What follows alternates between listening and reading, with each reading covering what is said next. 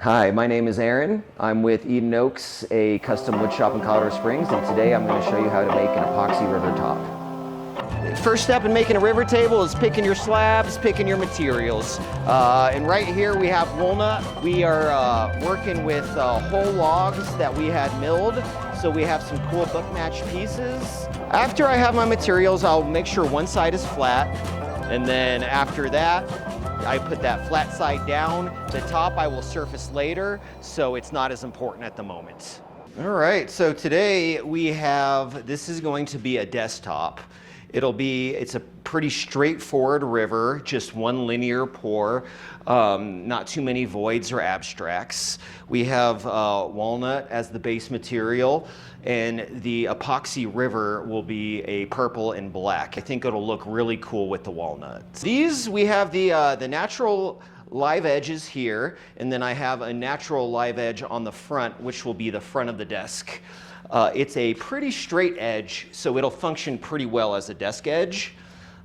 And then on the back and the sides, I just cut them straight, so that way I could secure them right to my form. The form's straightforward, so I will build my form. I'll generally oversize it a little bit in every direction so I can cut it down when everything is all said and done, in case I have any silicone in the joints or too close to the epoxy. You know, I might give myself a 1/4 inch on each end that I can chop off to remove those things. I will take MDF, I will coat it with Tyvek tape. You don't have to use Tyvek, you could use a sheet of melamine and then an epoxy mold release if you would like. The good thing about Tyvek is you don't have to worry about it sticking without the use of an additional mold release substance. You can get lines in the bottom of your piece. Generally, we will just sand those out and then shine it back up. Almost any finishing product you put on it after you sand it will bring back the clarity and the shininess to it. So the epoxy that we have, it's a 2-part system. We have 2 gallons of this, which is the base resin. Liquid Glass is the brand. It's a deep pour epoxy. And you want to make sure if you're pouring rivers or voids that you get the correct kind of epoxy. If you're using a tabletop one meant for a coating and you fill up a whole river for it, it won't work out well for you. It'll react quickly and bubble and break and do all sorts of crazy things that you don't want. The form is 85.5 inches long. The river, you know, we have a little over 5. It narrows towards that end, so I'm just calling it 5 inches and about 2 inches deep.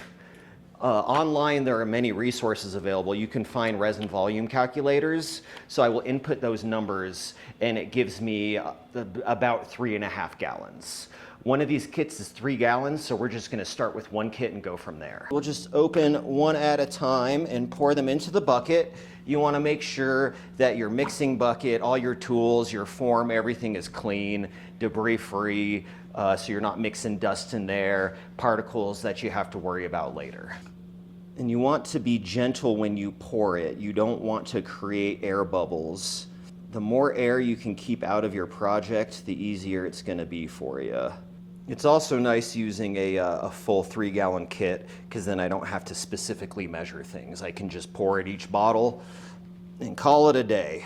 Number 2. And lastly, we have the hardener. And the hardener is always less viscous than the base resin. It pours easier. All right. So there we go. We got all 3 gallons in there. Now that we have the 3 gallons of epoxy poured into our bucket, we are going to mix it. I have my drill and my mixing paddle. We're going to mix for about 7 minutes. So what I will do is I will set a timer. Now you want to make sure that you keep the mixing paddle submerged, so that way you're not mixing in more air. If it's above the surface of the epoxy, it's easier for it to fold in air as it's doing its thing.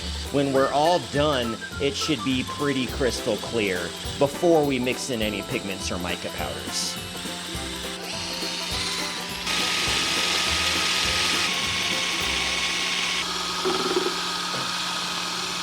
starting to look a lot clearer. You're not seeing any of the tracers or bands of a more marbly looking color. And that's what you want, is consistency. There's our 7 minutes. So we should be pretty good with that being mixed up right there. So what we're gonna do next is we were gonna add our mica pigments. And on this one, we're using the mica so that way we get the swirls, we get the sparkles, we get the motion. You get a lot of cool elements when you use the mica, as opposed to just using a solid pigment for a solid color. So we'll be using purple primarily and black to offset it, and it should give us a very cool spacey look. So when mixing in the mica powders, you don't have to mix it for an additional 7 minutes. Just mix it till you feel like it is fully distributed in the epoxy. This particular pour, I want the tabletop to be pretty opaque, so I will be going heavier on the mica powder. If I wanted light to get through, I would use less of it. We would have more of a translucent product in the end, but that's not the look I'm going for on this one. And the way I do this is definitely more of an art than a science. I have no particular measurements I use. I've been doing it for a little while, so I'm okay at eyeballing it, but my main recommendation is to start off light, and you can always add more. And we'll probably do one more. All right, and that is a good amount of purple. So you can purchase mica powder. You can just get it on Amazon. They have a bunch of companies on there. You can get it from specialty resin companies. This one right here is from Chill Epoxy. It's from a specialty company out of Canada. And this one is just off of Amazon. Next, we will add the black to offset it. And for the black, just gonna do the one. So now that we have our mica powders in the epoxy, we will get our drill and our mixing paddle, and we will do the same thing, just not for 7 minutes.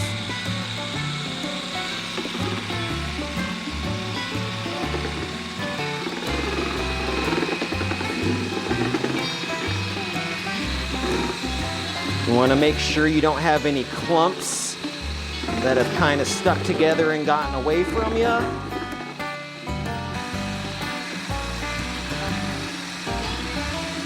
And I'll tend to go in one direction and then kind of change it up to hopefully mix it as well as I can. These lines of silicone that we have placed here are barriers for the epoxy in case it comes up too far, it does not spill over the edges. You will also see there is silicone on every joint between the wood pieces and the MDF, on the top, on the sides, on the bottom, everywhere that epoxy could possibly leak out, you want to silicone, because it will leak out and make a mess and be a huge problem for you. Once the epoxy is dry and we're going to flatten and surface our piece, we will remove the silicone first so it's not gunking up any belts or teeth, and then we will proceed to flatten the entire piece. All right, let's pour our epoxy. We got 3 gallons right here, mixed thoroughly. Has purple and black mica powder in there. So now it's time to see what it looks like. I pretty much just pour it, try to not make a mess. Less cleanup you gotta do, the better. I usually just try to keep stable. You can see there's a lot of micro air bubbles in here. We'll get this stuff out with a heat gun. The only additional step we could have done would have been to seal these live edges before we had poured this, but we did not have time for that today. I will normally pour the epoxy up to the top of the live edge.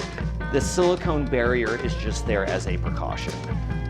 You don't have to pour it that high though. In this instance, I can continue to pour it. I have a silicone barrier, so I could build it up down there to get it flush with the top over here.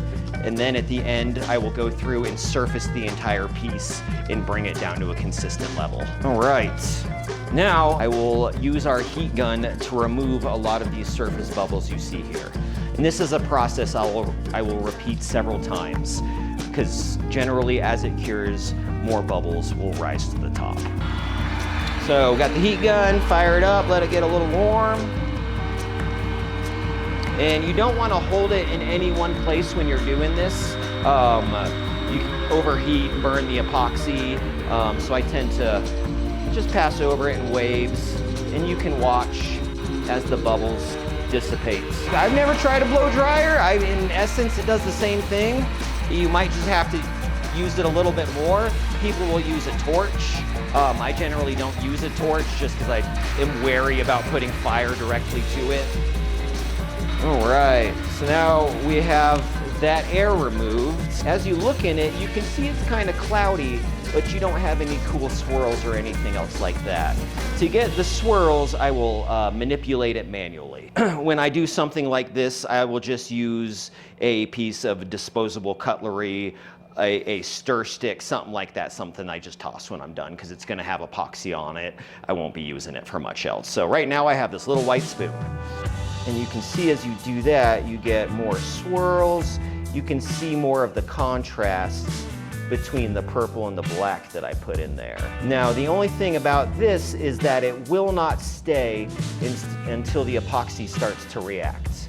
So I can swirl it all up, come back in 2 hours, and it'll look mostly like it did before. Now, as it starts to get thicker, that's when you can get the swirls to stay.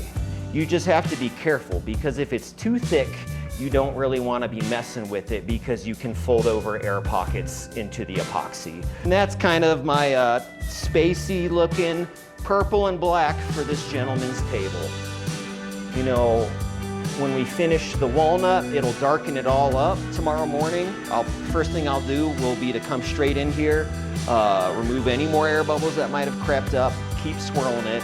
And then tomorrow afternoon, it'll probably start getting to that thicker point where I can do my last round of swirls, make sure it's looking really cool, and then not mess with it anymore till it's cured. After it's cured, I will remove the sides of the form, flatten out the top, and then I will flip it, remove the bottom of the form, flatten out the bottom. Then I will cut the excess off of the ends, trim up the back edge if I need to. And at that point, I will start going through my steps of sanding. And then after this piece is all sanded, everything is filled, it's looking pretty, send it over to the finish shop and we'll be spraying it with polyurethane. Right, so here we have the end result of our Epoxy River desktop. It looks great, the purple looks great. It's very spacey, very cloudy, has the exact vibe the customer was looking for. We put a high gloss finish on it to make it really shine, and everything, the epoxy, the walnut, they all really pop. Came out really well. I think the customer is going to be very happy with it.